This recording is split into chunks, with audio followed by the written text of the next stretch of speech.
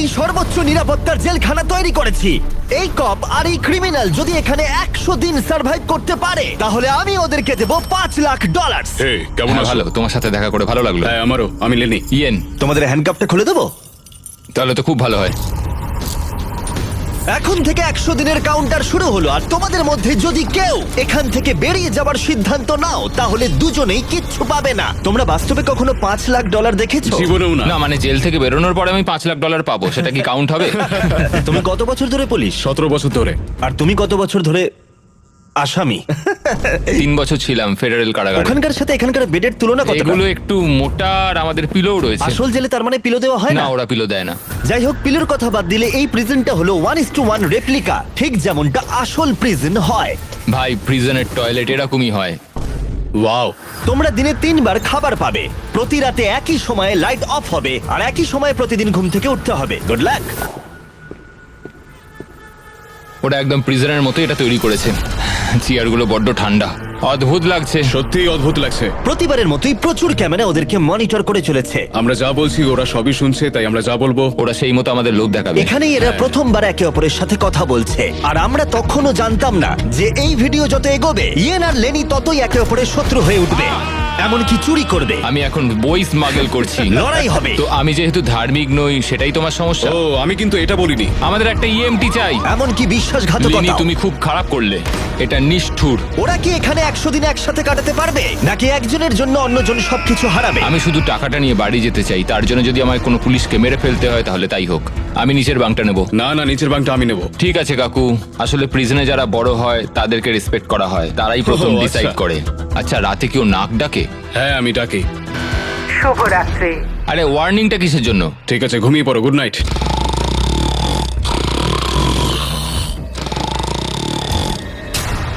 সুপ্রভাত। এটা তো ভোরবেলা, এই লোকটা সারা রাত নাক ডেকেছে।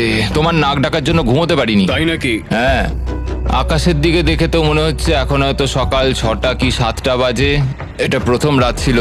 জিমি, এটা সত্যিই কিন্তু মনে হচ্ছে একটা জেলখানা। আচ্ছা, তোমাকে জিজ্ঞেসই করা হয়নি তুমি জেলে কেন গেছিলে? জালিয়াতি আর অর্থ পাচারের জন্য। তো আমি মিথ্যে বলতে শুরু করি, এর থেকে টাকা নিয়ে ওকে দেওয়া শুরু করি, এবং সবশেষে সবার টাকা হারিয়ে ফেলি, আর সেটা লুকিয়েও যাই। তো আমার মার্কেটে $5,00,000 ঋণ হয়ে যায়। ও আর কাকতালীয় ভাবে ওর কাছে এই ভিডিওতে একই পরিমাণ টাকা জেতার সুযোগ রয়েছে। খাবার সময়। এই প্রিজনে আমাদের প্রথম মিল চলে এসেছে। এই খাবারটা কিন্তু প্রিজনের খাবারের থেকে ভালো। যেন মনে হচ্ছে ইয়েন নিজের বাড়িতেই রয়েছে।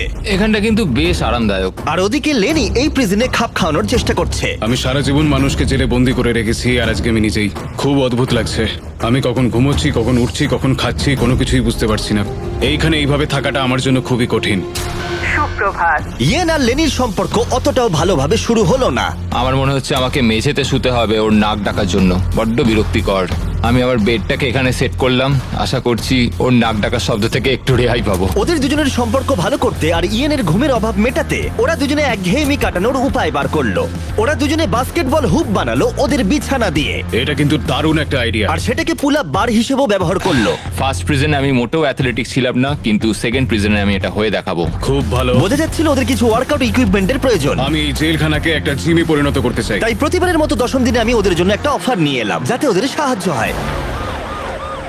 Officer best reporting. Officer best ডিউটিতে রিপোর্ট করলো। দেখা যাক আমাদের বন্ধুরা কি করছে। কেমন আছো তোমরা? ওয়ার্ডেন জিমি, আমি দেখতে পাচ্ছি তোমরা বিছানা ভেঙেছো। আসলে ও রাতে প্রচন্ড নাক ডাকে। নাক ডাকে? তুমি কি নাক ডাকো? হ্যাঁ হতে পারে, কিন্তু আমি বিশ্বাস করি না। তোমাদের কি মনে হয় 10ম দিনের অফারটা কি? পার্সোনাল শেফ, একটা একটা বই, লাইব্রেরি। একদমই নয়, এগুলোর মধ্যে কোনোটাই নয়। উফ, আমার সাথে চলে এসো। এই লকডাউনটা হলো অনেকগুলো রেস্ট্রিক্টেড এরিয়ার মধ্যে একটা, যেগুলো আমি এই গোটা ভিডিও জুড়ে দেখাবো। গার্ড, দরজাটা খুলে দাও। প্রিজন ইয়ার্ড খোলা হলো। হ্যাঁ, এইদিকে। প্রিজন ইয়ার্ডে তোমাদের স্বাগত।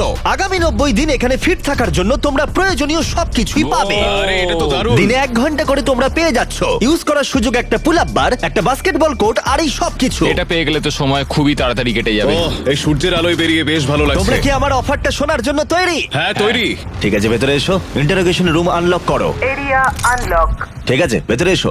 এখানে বসে পড়ো। ঠিক আছে। এখন তোমরা দুজনে দুটো আলাদা ঘরে রয়েছো, একে অপরের সাথে কোনো কমিউনিকেশন ছাড়াই। আর আমার 10ম দিনের অফারটা হলো, যদি তোমরা এই প্রিজন ইয়ারটা ব্যবহার করতে চাও তাহলে তোমাদের প্রাইস পুল থেকে $50,000 দিয়ে দিতে হবে। তোমরা দুজনেই রাজি থাকলে এটা তোমাদের হয়ে যাবে, কিন্তু একটা টুইস্ট রয়েছে। যদি তোমাদের মধ্যে একজন রাজি থাকে আর একজন না থাকে, তাহলে তাও তোমাদের $50,000 দিতে হবে, আর সেখানে একজনই এই গোটা ভিডিও জুড়ে প্রিজন ইয়ার্ড ব্যবহার করার সুযোগ পাবে।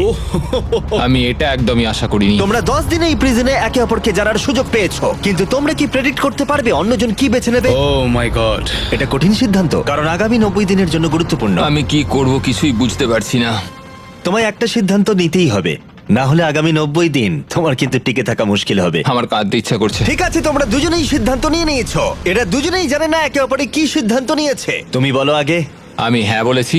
তুমি কি সিদ্ধান্ত নিয়েছো আমি ওকে বলিনি? আমিও হ্যাঁ বলেছি। আমি জানতাম এটাই হবে।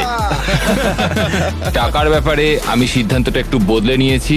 আমি এখানে যতটা সম্ভব আরামদায়কভাবে থাকার জন্য টাকা খরচ করতে রাজি আছি। এমন কোনো সুযোগ যেটা আমাদের পরিস্থিতিকে বদলে দিতে পারে সেটা আমাদের হাতছাড়া করা একদম উচিত নয়, কারণ শেষ পর্যন্ত টিকে থাকার জন্য এটা খুব প্রয়োজন। এখানে আমাদের অনেকটা সময়ও কেটে যাবে। সুপ্রভাত। সুপ্রভাত। এটা দেখে অবাক লাগছিল যে প্রিজন ইয়ার্ডের একটা ঘন্টা ওদের এখানে 100 দিন কাটানোর সাহস জোগাচ্ছিল। ওয়াও, আমরা স্বাধীন। এটা 50,000 দেওয়াই যায়। 50,000 এটা ঠিকই আছে। পরের কিছুদিন ওরা এখানকার সমস্ত সুযোগ সুবিধা খুব ভালোভাবে উপভোগ করলো। আমি যখন এখান থেকে বেরোবো তখন আমি অনেকটা ফিট হয়ে যাব। এখন অবধি মনে হচ্ছিল এই প্রিজন ইয়ার্ড ওদেরকে একে অপরকে সহ্য করার সুযোগ করে দিয়েছে, কিন্তু এই চ্যালেঞ্জের কিছু বিষয় ছিল যা ওরা ভালোভাবে সামলাতে পারলো না। কারণ আমি এই সেটটা তৈরি করেছি ঠিক একটা রিয়েল প্রিজনের মতো, আর আমরা সবাই জানি প্রিজনের খাবার অতটাও ভালো হয় না। এটা ওয়ার্ডেন জিমির দেওয়া মিট লোফ। এটা একটা ফ্রোজেন বার্গার, সেটাকে ডিফ্রস্ট করে ওপরে একটু গ্রেভি দিয়ে দিয়েছে। এই খাবারটা একেবারেই জঘন্য। আমি ভাবতেই পারছি না যাদেরকে আমি অ্যারেস্ট করি তারা এটা খায়। আমি জানি না যে এটা আমি কতদিন খেতে পারবো। আমার সবচেয়ে বড় শত্রুকেও আমি এরম খাবার খাওয়াতে চাইবো না। আর সেই জন্য 20তম দিনে আমি ওদের জন্য একটা দারুণ অফার নিয়ে এলাম। তোমরা কি তৈরি 20তম দিনের অফারের জন্য? হ্যাঁ হ্যাঁ, তৈরি। তোমাদের মধ্যে একজনকে দুজনের জন্যই একটা সিদ্ধান্ত নিতে হবে। তোমাদের মধ্যে কে তাহলে সেই সিদ্ধান্ত নেবে যা দুজনকেই মানতে হবে? ঠিক আছে, তুমি সিদ্ধান্ত নাও। ওকে। ও তাই নাকি? তুমি ওকে বিশ্বাস করো? হ্যাঁ অবশ্যই। হ্যাঁ, আমরা এখন ঠিক ভালো আছে, বন্ধু। অনেকটা সময় আচ্ছা, কাটিয়ে ঠিক আছে, ফেলেছি। চলো তাহলে কিচেন খোলা হলো। ভেতরে এসো। ওয়াও, এখানে একটা কিচেনও আছে। এই কিচেনে রান্নার জন্য সমস্ত সরঞ্জাম রয়েছে, যা দিয়ে তোমরা আগামী দিনগুলোতে এই প্রিজনে সুস্বাদু রান্না করতে পারবে। হয় তোমরা এখনকার কম পছন্দের খাবারকেই বেছে নাও, অথবা এই কিচেনকে বেছে নাও আর ইচ্ছে মতো যা খুশি খাও ব্রেকফাস্টে, লাঞ্চে, ডিনারে, আর সেটাও প্রত্যেকটা দিন। কিন্তু এর বদলে তোমাদের প্রিজন ইয়ার্ডটা ছাড়তে হবে। কি বললে? তুমি কি জানো অফারটা কি? প্রিজন ইয়ার্ডের বদলে কিচেন অফার করেছে। আমি ব্যক্তিগতভাবে খাবারটাই পছন্দ করব। আমি রান্না করতে ভালোবাসি। আমরা অনেক কিছু বানাতে পারি। এখানে মাংসও আছে। মাংস আছে কিনা? এই দেখো, ও। এখানে রয়েছে বিফ প্যাটিস, হট ডগস, তুমি যা চাইবে প্রায় সবই। ওকে, ঠিক আছে। কিন্তু দাঁড়াও, একটা জিনিস, তোমার একার দিকটা ভাবলে হবে না, তোমার পার্টনারের দিকটাও ভাবতে হবে। সত্যি বলতে আমি বুঝতে পারছি না আমি এখন কি করব। ঠিক আছে, আমি তোমাকে 1 মিনিট সময় দিলাম। ইয়েন, আমি তোমার রুমমেটকে একটা চয়েস দিয়েছি। তোমরা এই প্রিজন ইয়ার্ডের বদলে একটা সব সরঞ্জাম সমেত কিচেন পাবে। আমি জানিও কি বেঁচেছে, ওই ইয়ারটাই চুজ করেছে। হ্যাঁ ঠিকই বলেছো, আমার অফারটা নেয়নি। মানে প্রত্যেকদিন তোমরা খাবার নিয়ে অভিযোগ জানাও, তাই এই অফারটা দিলাম। দেখো, আমি ভেবেছিলাম তোমাদের জন্য একটু সহজ করে দেব, কিন্তু 30তম দিনে ব্যাপারটা এতটাও সহজ থাকবে না। ও, ঠিক আছে। Bye warden Jimmy. হ্যাঁ ভাই। কোনো মতেই এই রেকিয়ারটা আমরা ছাড়বো না। স্বর্গের আর একটা দিন, পুরো 24 ঘন্টা কেটে গেছে। আমরা কিচেনটা না নেওয়ার সিদ্ধান্ত নিয়েছিলাম এবং তার জন্য আমাদের কোনো অনুশোচনাও নেই। তোমার কি অনুশোচনা হচ্ছে? একদমই নয়। আমরা সত্যিই খুশি, না হলে আমাদের সারাদিন বন্দি থাকতে হতো। আমি আমার ওয়াইফের রিঅ্যাকশনের জন্য ওয়েট করছি। ও ভাবতেই পারবে না যে আমি খাবার ছেড়ে বাস্কেটবলকে বেছে নিয়েছি। আমি কোনোদিনও খাবারের সঙ্গে কম্প্রোমাইজ করি না। এখানকার চ্যালেঞ্জ নিয়ে খুশি থাকার বদলে ওরা জেতার পরে কি কি করবে সেই নিয়ে ভাবনা চিন্তা করতে শুরু করলো। কিন্তু আমাকে এটা মাথায় রাখতে হবে যে আমি এখানে কেন এসেছি আর আমার পারপাসটা কি। আমার পরিবারের জন্য এই টাকাটা জেতাই আমার একমাত্র লক্ষ্য। আমি আমার স্ত্রী আর সন্তানদের নিয়ে ভালোভাবে জীবন কাটাতে চাই, তাই আমাকে এটা জিততেই হবে, কারণ সবাই আমার উপরে নির্ভর করে রয়েছে। তুমি খুব ভাগ্যবান যে তোমার একটা বউ আর বাচ্চা আছে। হ্যাঁ, আমি আমার পরিবারকে ছাড়া 1 বছর রয়েছি। তার মানে? আমি আমার বাবাকে বছরে 1বার বা 2বার দেখতে পাই। কি বলছো? হুম, কিন্তু আমার মা আর ভাইকে 1 বছর হয়ে গেল দেখিনি। সত্যি? হ্যাঁ, আর কি বলি। যেহেতু ইয়ার্ডের সময়সীমা সীমাবদ্ধ, কখন বেরোতে পারবো? তাই পরের চ্যালেঞ্জের আগে ওরা এখানে ক্রিয়েটিভ সময় কাটানোর উপায় বার করলো।